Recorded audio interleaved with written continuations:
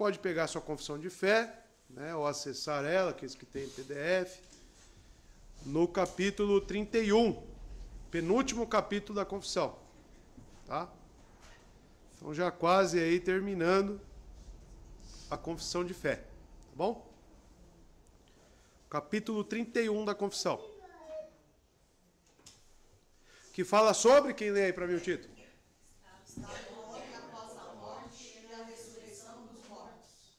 Então vamos falar sobre o estado do homem, né, após a morte e a ressurreição dos mortos, tá? Que muitos lançam dúvidas, não sabem, né?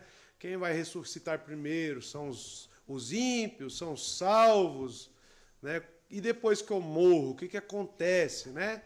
Eu fico naquele limbo lá, né? O limbo que eu falo, aquele estado, né, que aguardando alguma coisa, ou um sono da alma, como alguns dizem, né?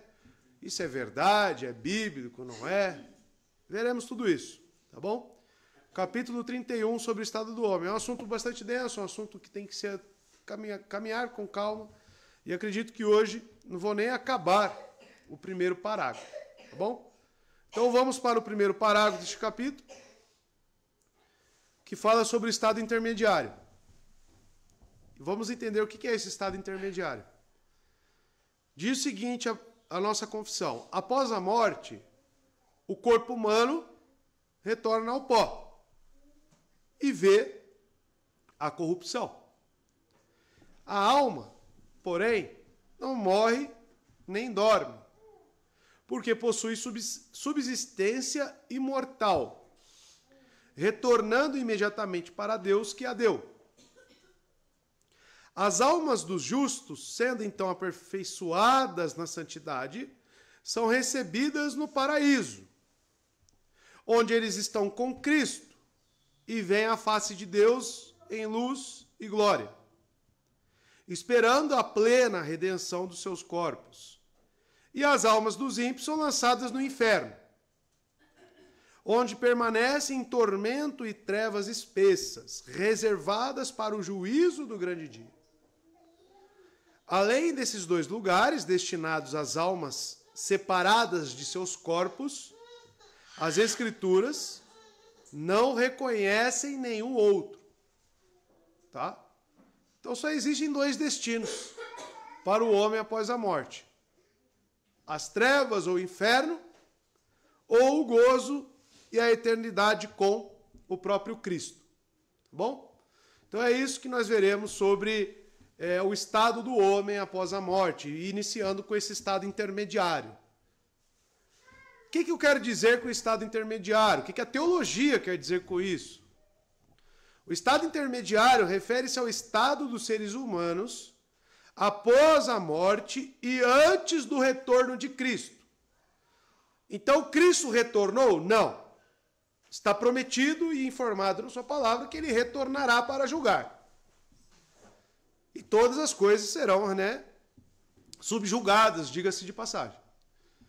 Enquanto ele não volta, se eu morrer neste meio tempo, como é que fica o meu estado?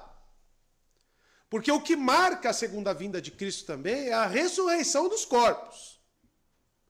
É os crentes receberem aquele novo corpo, o corpo glorificado.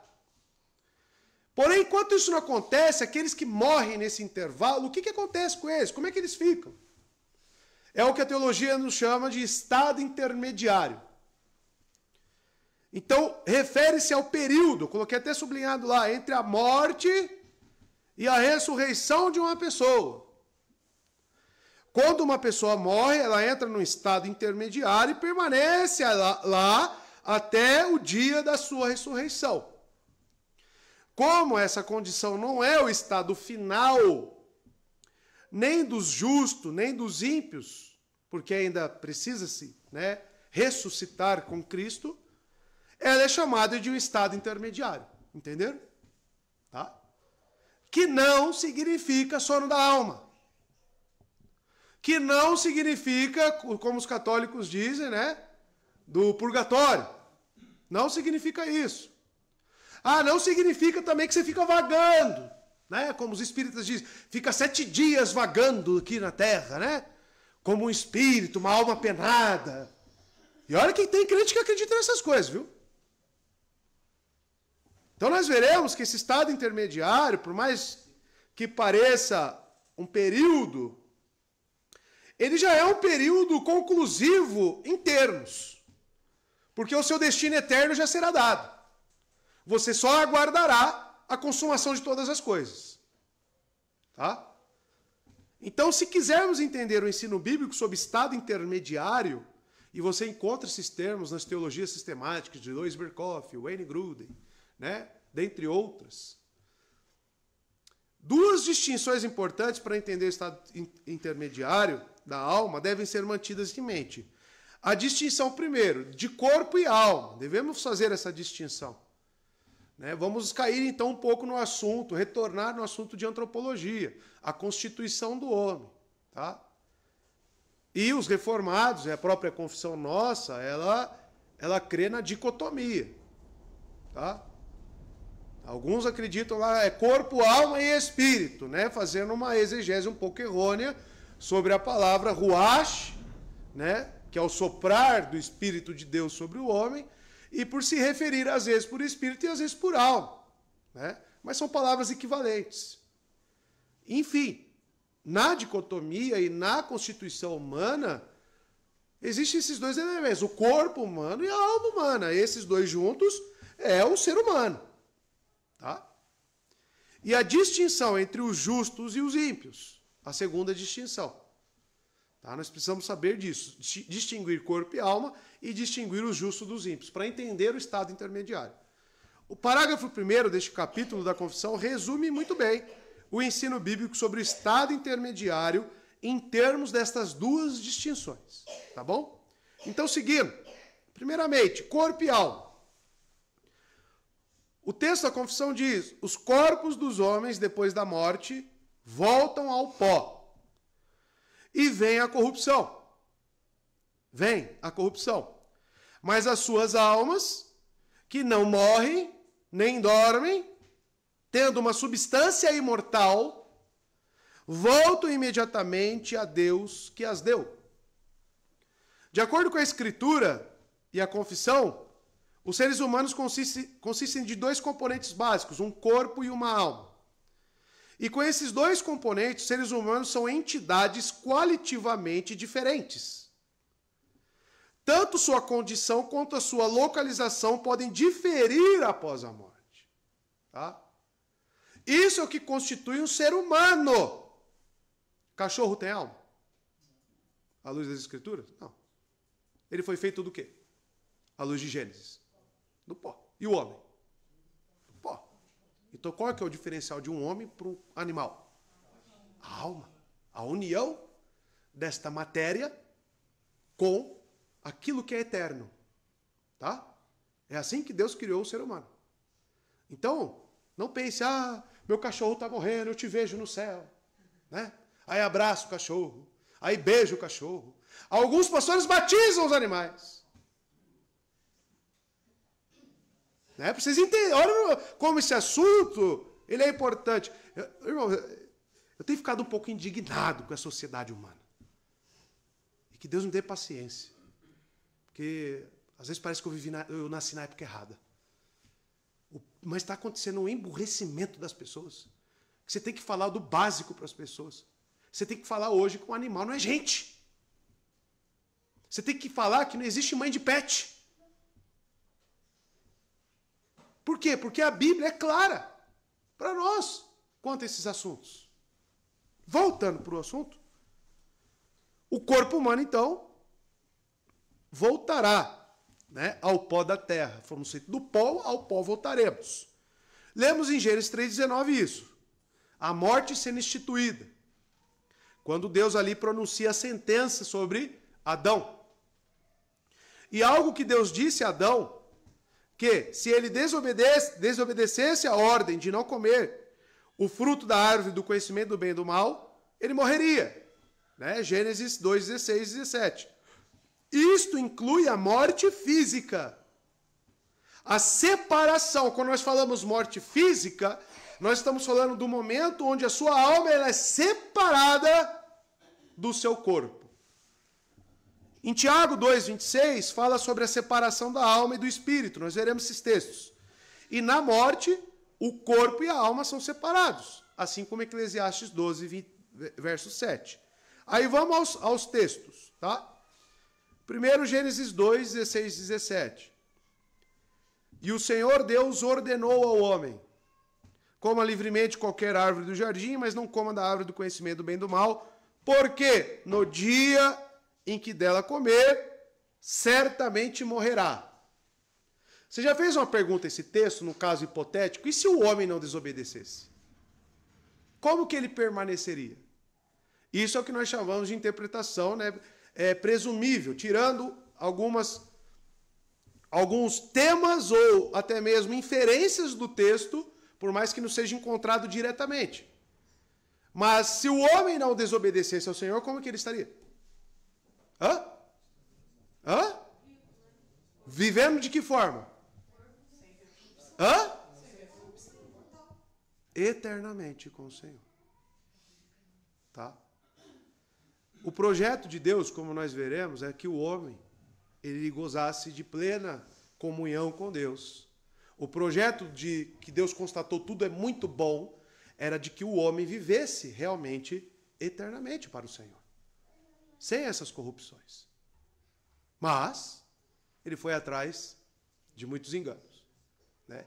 E aí veio a morte, que é um tema para muitos, né, duro de se enfrentar. E realmente é.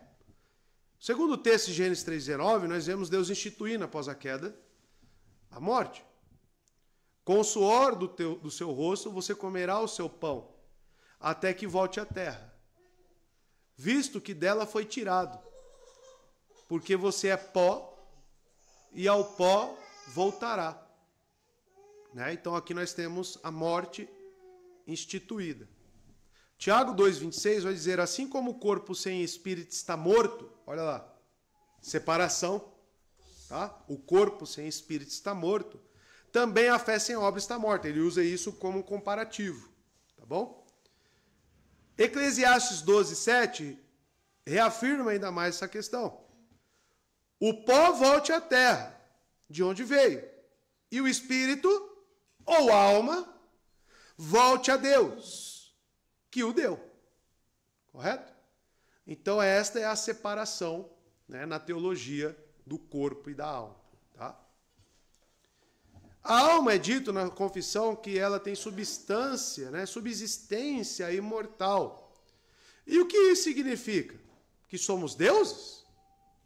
Não. Quando a confissão afirma que a alma humana não morre nem dorme, mas tem subsistência imortal, quer dizer simplesmente que a alma não deixa de existir. Assim como o seu corpo. Que quando voltar ao pó, ele vai ver a corrupção. E o que significa essa corrupção? Que ele vai se deteriorar, ele vai se desfazer. Tá? A alma não, irmãos. A alma permanece. Quando o corpo morre, ele se decompõe, deixa de existir. A alma, por outro lado, não deixa de existir. Então, amados, como estão as pessoas que negaram o evangelho e morreram nesse estado intermediário hoje? Como é que elas estão? Estão no inferno, na condenação eterna, apartados de Deus, em sofrimento, já julgadas, e com a sua alma. E quando eu falo alma, o que eu quero dizer com alma? O que é a alma do homem? Vamos lá, me deem aí 3 componentes da alma do homem. Racionalidade, sentimentos, emoções. Então, não é o fato de não ter um corpo lá na eternidade, seja apartada de Deus ou com Deus, que isso não significa que aquelas almas não estejam sofrendo. Não estejam, por exemplo, lembrando de tudo aquilo que aconteceu. Então, a alma em si, ela carrega tudo aquilo que nós temos por lembrança, por memória, sentimentos, racionalidade. Então a alma, ela já tem esta característica de poder sofrer. E na eternidade ela já está assim, mesmo no estado intermediário. Tá? É uma situação terrível. E aqueles que estão com Cristo, certamente estão gozando de grande alegria, de grande paz. Tá? Isso é importante porque muitos perguntam, pastor, eu vou lembrar das coisas que aconteceu aqui na terra quando eu morrer? Você tem alma? Você vai deixar de ter alma quando você morrer? Não. Então, sim, tudo aquilo que te acompanha, você vai lembrar. Seremos julgados pelas nossas obras. E você logo vai ter que lembrar. Lendo esses dias Atos, né? Não sei se os irmãos perceberam, Cornélios, o que é dito lá em Atos por Lucas sobre as esmolas que ele oferecia e as orações dele? Como um? O que é um memorial? Lembranças. Né? Tudo aquilo que Cornélios fazia, Deus estava alegorizando, falando, anotando. Estava como um memorial perante o Senhor. Cristo disse que daremos conta de toda a palavra que sai da nossa boca, correto? Então significa o quê? Que teremos que lembrar daquilo que falamos. Isso é o julgamento da alma. Envolve lembrança, então? Com certeza. Com certeza. Tá? Agora pensa para o ímpio. Estar no inferno em sofrimento e lembrando todas as oportunidades que ele ouviu do Evangelho, mas mesmo assim ele recusou. Conscientemente. A parábola do rico e Lázaro ilustra muito bem essa questão para nós. Que ele tinha memória de tudo. E de que ele queria voltar para avisar, né? Como um fantasma, né? E o que é dito para eles? Eles têm a lei e os profetas. Se eles não creem na palavra, eles não vão crer em você também. Então, eis a urgência do Evangelho. Porque este fato da separação da alma, do corpo, é real para todos nós. Tá? E pode acontecer a qualquer momento. A morte, então, não torna a alma inativa. Ela não fica no sono, apaga as memórias. Né? Ao contrário do corpo, a alma não se decompõe após a morte. E quando a confissão afirma que a alma é imortal, ela não quer dizer, tá? Não quer dizer que ela é divina ou celestial, tá? Mas que ela não deixa de existir, simplesmente isso. A essência da alma é conhecer, é ser consciente. A essência continua depois da morte. E nesse sentido a alma não tem morte, é imortal. Então isso apenas para ficar claro para nós o que a confissão quer dizer, que a alma tem subsistência imortal. Tá? É justamente para estabelecer uma diferença com o nosso corpo. Tá bom?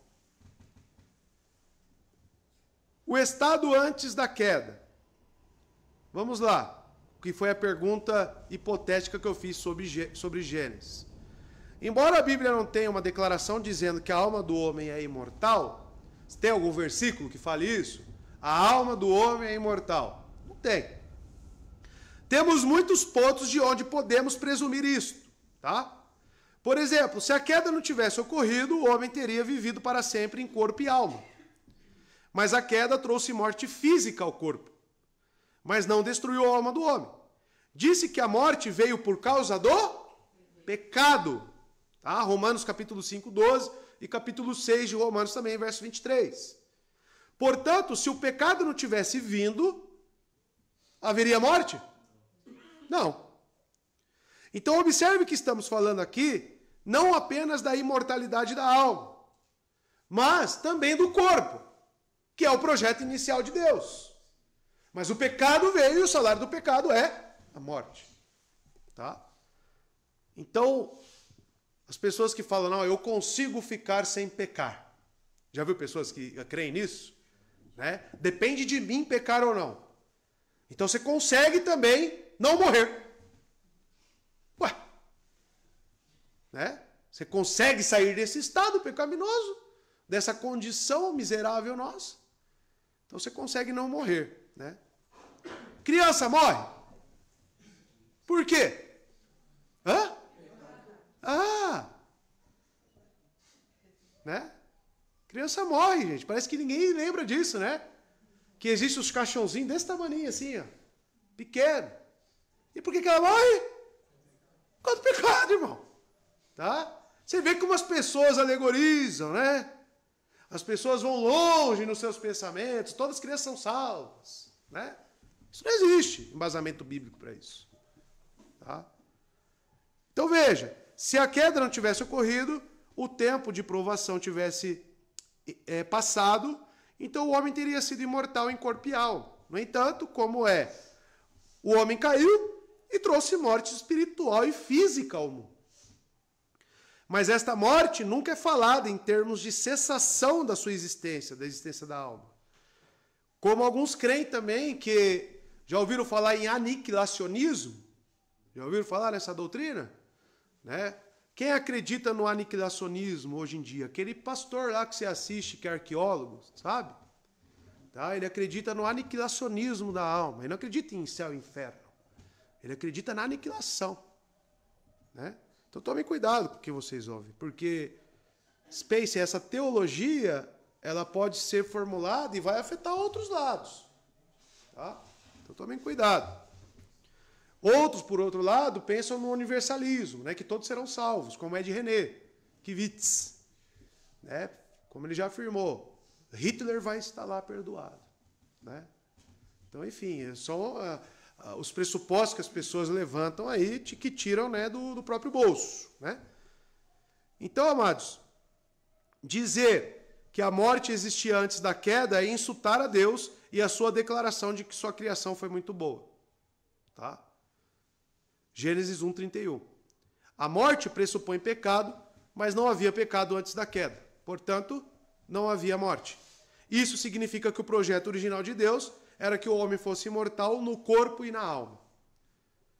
E é interessante que na segunda vinda de Cristo é justamente isso que ele restabelecerá. Um corpo imortal, à semelhança do dele, né, como nós veremos mais para frente em alguns textos, juntamente com a alma. Então, aquilo que foi separado pela morte, Cristo unirá de novo. Mas de uma maneira pura, perfeita e sem pecado. É o que eu costumo dizer que é um resgate do Éden, porém melhorado, 1000 vezes. Tá? O que Cristo estabelecerá naquele grande dia. Tá bom? A tensão da morte. Né? Já que estamos falando de morte, vem algumas perguntas, né? Por que as pessoas têm medo desse momento? Da separação do seu corpo da sua alma. A morte é a consequência penal, correto? Foi o julgamento de Deus, foi ele que instituiu isso. É o julgamento penal do pecado. Ou consequência penal, né? Consiste na separação radical e podemos dizer antinatural do corpo e da alma. Por que antinatural? Porque não foi o projeto original. O projeto original era o quê? A alma e o corpo unidos eternamente. Resultando, então, amados, na decomposição do corpo e na nudez da alma. Assinala a condenação da raça de Adão, a morte eterna. Graças a Deus que o aguilhão da morte foi removido para os cristãos. É o que Paulo se vangloria em Cristo, em 1 Coríntios capítulo 15, 55 a 58. Onde está a tua morte, né? E o teu aguilhão, Paulo fala isso. Mas se congratulando em Cristo, que retirou esse poder da morte, estabelecendo para nós justiça eterna. Então, amados, ao antecipar a inevitável aproximação da morte, os cristãos enfrentam uma tensão no seu pensamento. E isso é natural. Porque a morte é antinatural. Então, qualquer um de nós, né? E às vezes nós ficamos romantizando, não, o cristão, ele fica feliz quando a morte está chegando, né? De certo aspecto, sim. Mas em outro, ele está vivendo uma tensão. Porque a morte nunca é romantizada, irmãos. Ela nunca pode ser tida como algo, tranquilo. Não. Ninguém deseja morrer. Correto? Isso é romantizar algo que na sua própria atenção, por ser... Olha só o que é a morte. É uma consequência penal do pecado. Então, logo, ela tem o seu dessabor. Mas, por outro lado, ela é benéfica para o crente? Sim. Né? Veja, por um lado, não devem ser indiferentes a ela, nem se deleitar com ela. Porque a morte é uma coisa antinatural. Tá? Minha esposa fala, nossa, quando você fica doente, né, você já pensa que você vai morrer, você já fica chato. Né? Já é chato. Né? Fica mais chato ainda quando fica doente. Né? Porque os homens têm esse negócio, né? De tomar remédio, o que vai acontecer em mim? Né? Eu vou morrer. Aquela tensão já vem. Vem ou não vem, homens? Vem. Né? Se ficar internado no hospital e o médico chegar e falar, ó, te dou 10 dias. Nossa, aí vai entrar em crise. Quem trabalha no hospital aí sabe, a Natana, né? Sabe como é que é. O momento de crise da morte. Então, amados, por que é assim? Porque é antinatural. A morte não é uma coisa boa. E, por outro lado, o cristão não se desespera também perante a morte. Tá? Ela é capaz de... o cristão é capaz de enfrentar a morte com coragem e esperança. Por quê? Porque a morte não separará de Cristo. É este ponto onde ele tem conforto. Mas uma coisa é uma coisa, outra coisa é outra coisa. Tá? O cristão enfrenta uma tensão quando olha para a morte. Ele não se deleita com ela, nem se acovarda perante ela. Então é um sentimento ambíguo.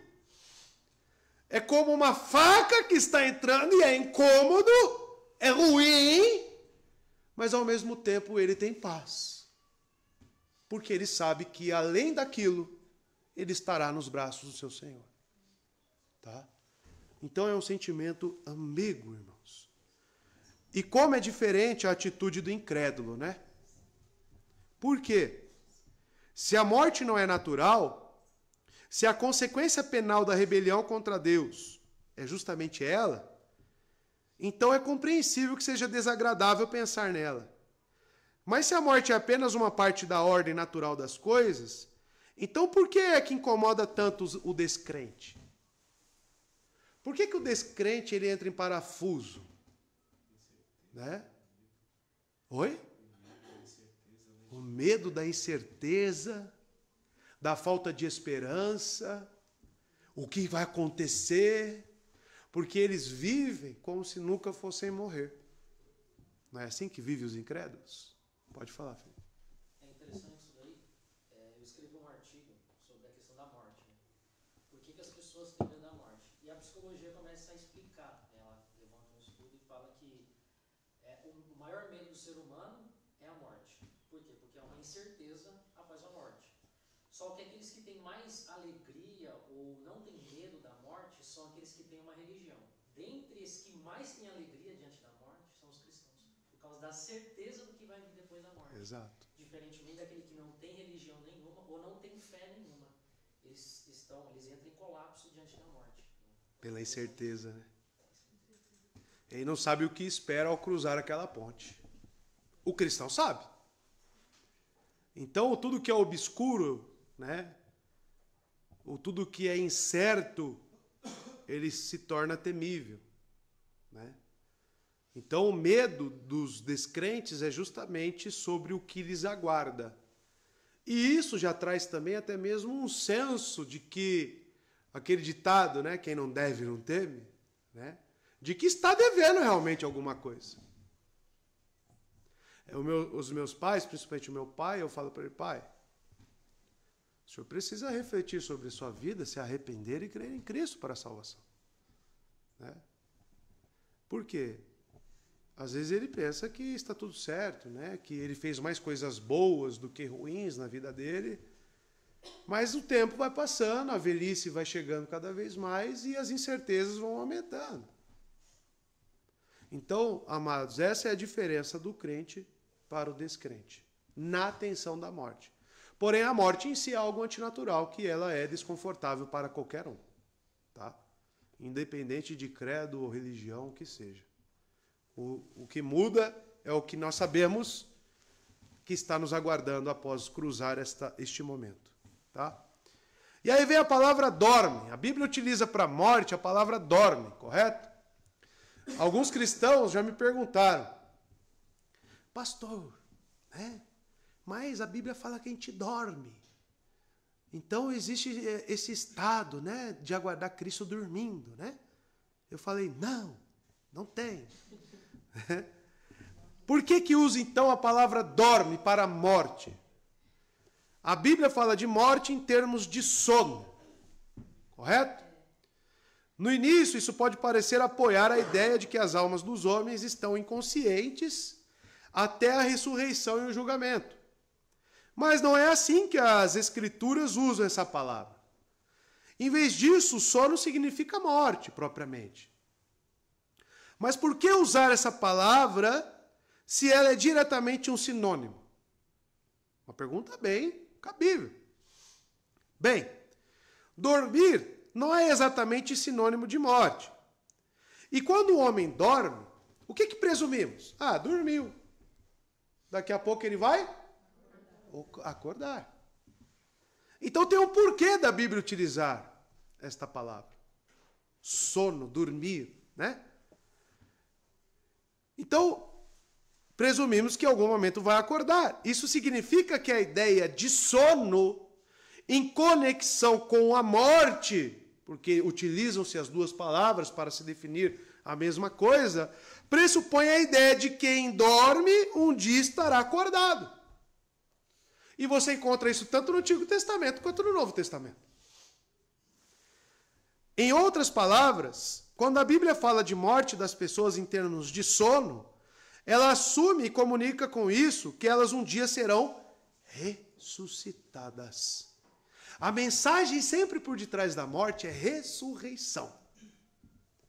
Jesus Cristo sempre disse, eu preciso ir até Jerusalém para ser entregue nas mãos daqueles homens, para que eu morra e ressuscite ao terceiro dia.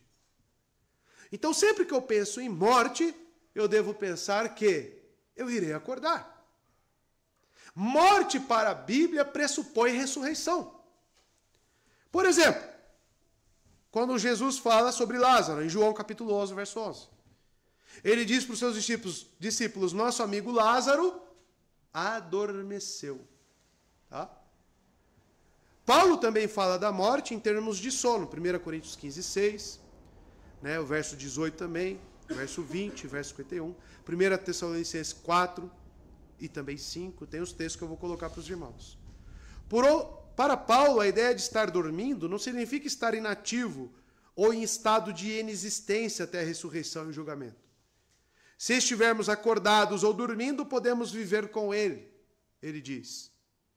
A Bíblia não ensina que o sono da alma significa a inatividade da alma até a ressurreição e julgamento. Tá? Alguns textos aí que eu pensei, de Coríntios e Tessalonicenses principalmente. 1 Coríntios 15, 6, né? Depois disso apareceu a mais de 500, ele está falando sobre a ressurreição de Cristo, que ele apareceu a testemunhas oculares. Apareceu a mais de 500 irmãos de uma só vez. A maioria dos quais ainda vive, embora alguns já tenham, adormecido. Então pressupõe o que essa palavra? Adormecido ou dormem? Que irão? Não. Pressupõe o quê? Ressurreição. Que irão acordar. Tá? 1 Tessalonicenses 4, 13 e 15, Paulo vai repetida vez utilizar essa palavra. Irmãos, não queremos que vocês sejam ignorantes quanto aos que dormem. Olha lá, dormem. Para que não se entristeçam como os outros que não têm esperança. O que ele está estabelecendo aqui? Como que um cristão lida com a morte de outros cristãos e como que os ímpios lidam com a morte de outras pessoas. Tá? Uns têm esperança, como os cristãos, e outros não têm. Se cremos que Jesus morreu e ressurgiu, cremos também que Deus trará, mediante Jesus Cristo e juntamente com ele, aqueles que nele, ou seja, crentes, aqueles que nele dormiram. Mas mais uma vez a palavra dormir. Dizemos a vocês, pela palavra do Senhor, que nós, os que estivermos vivos, os que ficarmos até a vinda do Senhor, essa segunda vinda, certamente não precederemos os que dormem. O que ele quer dizer isso? Não precederemos. Não é por você estar vivo e Cristo voltar que aqueles que já morreram serão esquecidos. Ou serão deixados de lado? Não, eles estarão juntos. Então qual que é o motivo da nossa tristeza se o Felipe morrer amanhã? Um crente. Né? É a saudade. Né? Os afetos. Agora, e o ímpio? Aí é só tristeza. Porque o ímpio ele morre, digamos, 2 vezes. É uma dupla morte. Né? E é uma grande tristeza. Então, se você tem um parente que ainda não crê em Cristo, que tem a grande possibilidade de dormir fora dele, que você pregue, irmão. Porque após a morte não existe mais esperança. Né? A morte é a maior mensagem evangelística que podemos ter. Porque é o ponto final. É quando toda cobiça acaba, toda pretensão e orgulho acaba. É onde a sua existência, ela revela quem ela é. Pó da terra. Porque é para lá que você vai voltar. Meu pai fala para mim, ímpio, né? Ah, quando eu morrer, ninguém vai me ver, eu vou sumir. Porque não tem mais nada mais humilhante do que aquele povo lá te colocar num caixão e te enterrar. E a morte é humilhante mesmo, se você pensar. Principalmente para aqueles que são presunçosos, né? Orgulhosos, né? Ah, eu tenho, eu faço acontecer. Aí chega a doença e a morte, e aí você faz o quê? Você viveu como um louco. Então a morte, ela contém uma grande reflexão para todos nós. Tá? Pensemos nisso. Aí vem uma pergunta interessante, justificação e morte. Uma questão interessante que surge entre a relação da morte ser o salário do pecado, correto? Só existe morte pela transgressão. E a morte dos cristãos. Por quê? A Bíblia ensina que os cristãos são justificados, correto? E seus pecados foram lavados, apagados, como diz o autor de Colossenses, Paulo. Então por que os cristãos ainda morrem?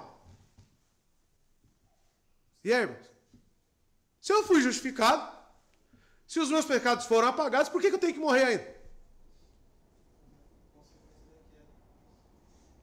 Tudo bem, mas a queda em Cristo, ela é anulada. Corpo do pecado. Né? Temos um corpo do pecado.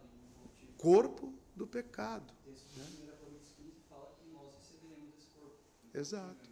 Mas não temos. Exatamente. E para habitar em glória e pleno contentamento com Cristo, não é possível nem cabe este nosso corpo, tá? Que tem corrupções em nós.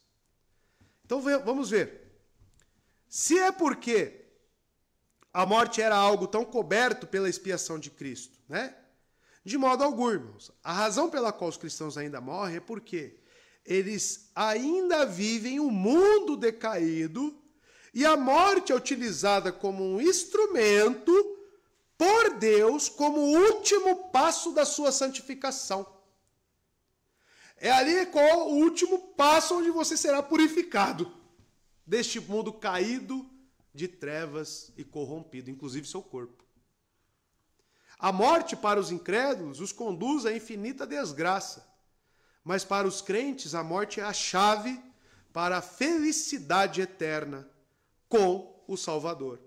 Embora a morte ainda seja ruim e inimiga, mesmo esse terrível inimigo serve aos propósitos de Deus para a santificação final dos seus filhos. É o último passo, é a última coisa que você tem que passar, a morte. Um aspecto muito importante da morte física é o fato de que a morte fixa o nosso destino eterno. Não há segundas chances após a morte. Uma vez que você morrer, você irá para a presença de Deus. Ou, né? Claro, todos irão... Aquele ditado é verdade, tá? Todos os caminhos levam a Deus. Mas à luz de Hebreus 9, 27. Somente isso. Não significa que todos os caminhos vão levar a Deus e todos vão entrar no céu. Não, todos terão um encontro com Deus. Porque Hebreus 9, 27 diz: e assim como é designado para o homem morrer uma vez... Então para com aquela história lá de Chico Xavier. Não, uma vez uma mulher falou para mim assim, espírita, né? Que minha mãe sempre criou no meio espírita. Falou para mim, você tem 50 vidas. Eu falei, nossa, Se multiplicar isso em anos, né? Aí, quanta experiência, né? E não aprendi nada. Eu pensei, né? Não aprendi nada, né? Que coisa. Mas é balela. Isso é balela. Isso é mentira. Isso é conversa do Satanás, né?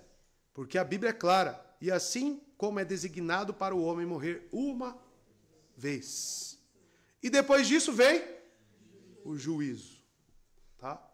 Então todos os caminhos levam a Deus? À luz de Hebreus 9, sim. Sim. Vai morrer e vai estar lá no tribunal. Então já espere isso, né? Aí ou você vai ter Cristo do seu lado como seu advogado, falando, isso aqui está na minha chapa. Isso aqui é meu. Ou não, você vai estar sozinho. E aí? Né? É trevas e ranger de dentes. Então isso significa que o julgamento que fixa nosso destino eterno é justamente o que a morte nos traz. Tá? Então é por isso que o crente tem que morrer. É o último passo da santificação deste corpo que, por mais que justificado, por mais que perante este juiz não tenha mais nada lá como débito perante este juiz, ainda assim, né, é aquele grande já e ainda não. Lembra do já e ainda não? Já justificado, já não tem nenhum preço a ser pago, Cristo já pagou todo este preço, mas eu ainda estou sendo santificado e tenho que passar por algumas coisas, né? No que tange a santificação, apenas. E é o próprio Deus que gera isso em nós, né? É Ele que nos santifica. Então a morte, entenda, você vai ter que passar. Tá? Lois Berkhoff, ele vai dizer o seguinte, é bastante evidente que a morte dos crentes deve ser considerada como o culminar dos castigos que Deus ordenou para a santificação do seu povo. Lois Berkhoff vai falar que é um castigo realmente. É o ponto culminante, é os últimos, é os finalmentes. Então você que, eu tenho que estar aqui nessa vida para ser feliz, né? Sabe, essas pessoas que buscam aí esse hedonismo para a vida, né? A felicidade, a busca pelo prazer constante, né? Para o crente, passar por esta vida é para a glória de Deus, mas não significa que é romântico, porque estar aqui é ser perseguido. É o mundo te rejeitar, é você negar a si mesmo e suas vontades. E tudo isso faz parte o quê? Da tratativa de Deus para um povo rebelde para a santificação. Tá? A morte faz parte disso? Com certeza. Embora a morte em si permaneça um verdadeiro mal natural para os filhos de Deus, algo antinatural, Lois Berkhoff vai afirmar isso que nós afirmamos, que é temido por eles como tal, torne-se subserviente na economia ou administração da graça ao seu progresso espiritual e aos melhores interesses do reino de Deus. Então a morte, por estar nos planos de Deus, ela é boa, ela é justa, ela é agradável? Sim. Né? Olhando para as tratativas de Deus para com seus filhos. Tá bom? Matthew Paul vai dizer o seguinte, mas depois disso o juízo, né? À luz de Hebreus 9, 27 que nós lemos, ele vai comentar, para que depois que as almas pela morte sejam separadas de seus corpos, elas chegam ao julgamento, e assim cada particular é entregue pela morte a Deus, o grande juiz, e assim é enviado por sua sentença para o seu estado e lugar particulares com seu respectivo povo. Tá? Então, quando eu falo para os irmãos, crente, ele não observa se é negro, se é pardo, se é amarelo. Nós temos o olhar bíblico. Só existe duas classificações, dois povos. Crentes, salvos e ímpios. Não existe outro. E todos esses homens e mulheres são almas. Tá? Então essa ideia de crente se envolver em levantar bandeira, né, tem que as minorias... Não existe essa questão conosco. A nossa questão é se é salvo ou se não é salvo. Se está em Cristo ou se não está em Cristo. É só isso. Tá? E é justamente isso que Matthew Paul está falando. Que nesse grande dia do juízo será separado nos dois povos. No grande geral dia, o dia do juízo, terá lugar geral e universal. Vai ser muita gente, viu? Vai ser muita gente. Atos 17, 31.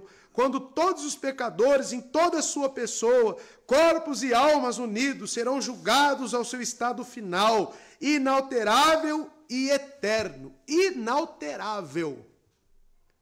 A segunda vinda de Cristo será tão temerosa, porque as pessoas se darão vida justamente para permanecerem ali sim completas em corpo e em alma, naquilo a qual Deus já havia decretado. Então, amados, pensemos nós, quão terrível será esse julgamento. Quão terrível será ver nossos parentes e entes queridos sendo lançados no esquecimento e no ardor das trevas. Neste local apartado de Deus, que o inferno é a ira de Deus, irmãos.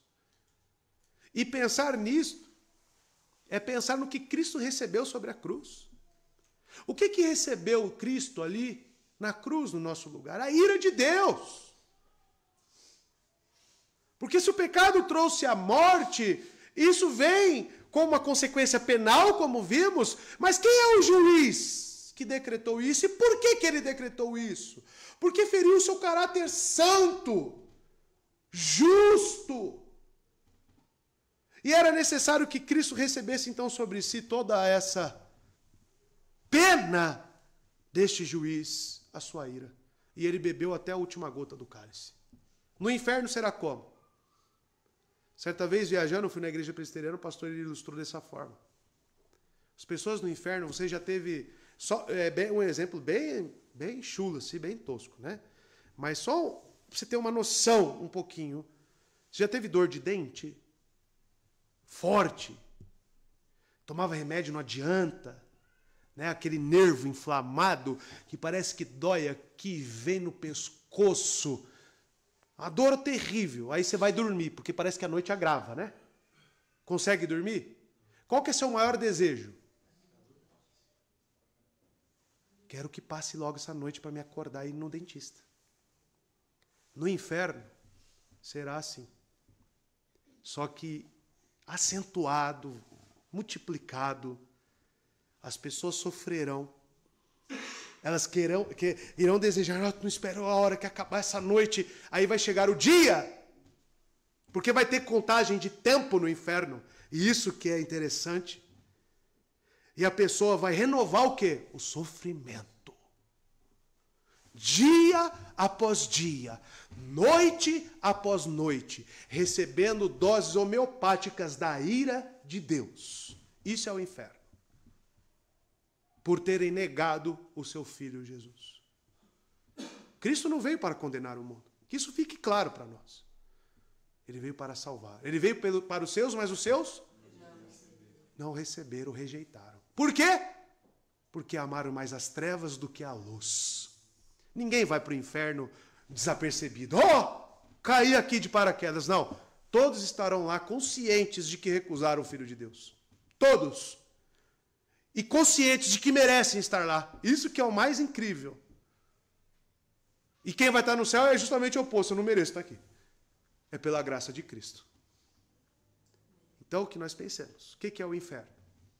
O que nossos parentes e entes queridos aguardam? O que seu filho sem Cristo? O que aguarda ele? Se ele realmente não crer em Jesus. Tá? E o segundo ponto aqui, só para caminhar para o final, a distinção entre justos e iníquos, tá? Que nós já vamos começar a abordar. Mas eu vou deixar isso para a semana que vem. Tá? Então ainda paramos no primeiro parágrafo. Então essa foi só a parte A, para distinguir corpo e alma, morte, abordarmos esses temas, sono da alma. E semana que vem a gente continua falando sobre esse tema. Tá bom? É um tema interessante. É um tema que muitas pessoas têm dúvida. Tá? Então vale aqui toda a nossa calma na progressão desse estudo. Tá bom?